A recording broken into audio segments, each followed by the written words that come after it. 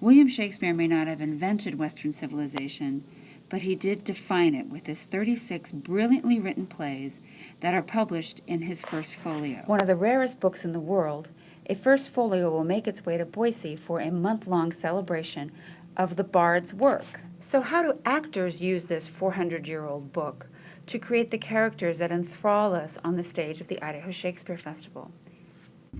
Working the way we do on Shakespeare's plays, it's as close as we can come to running into the next room, or if he's sitting there watching you rehearse and you can go, hey, what did you mean by this? What did you mean by this line? I don't understand it.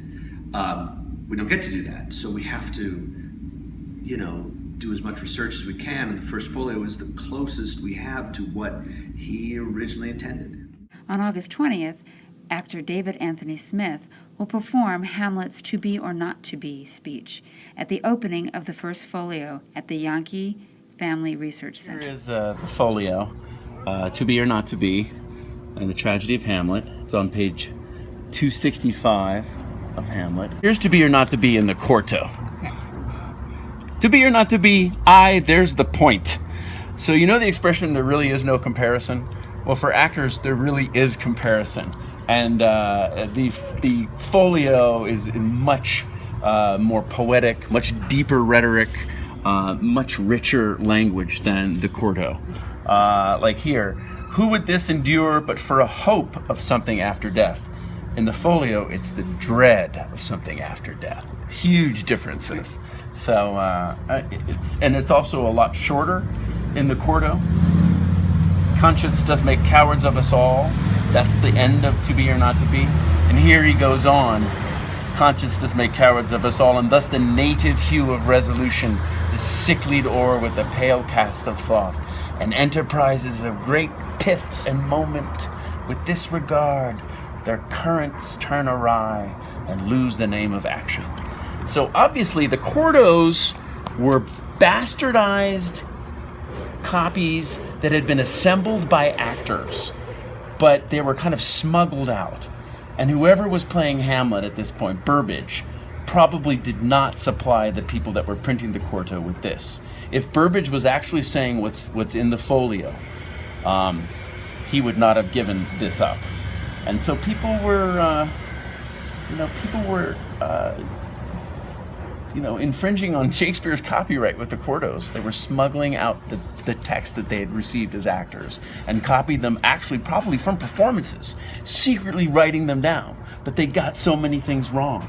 To be or not to be, there's the point.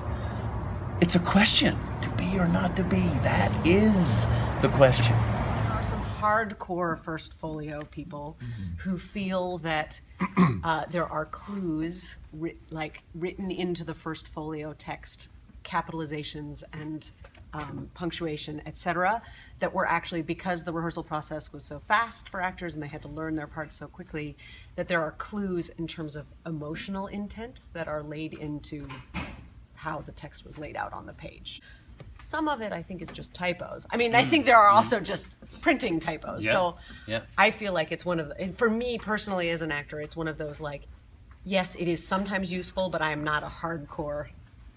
It's interesting because I believe the First Folio is largely the work of compositors and printing people, and it is.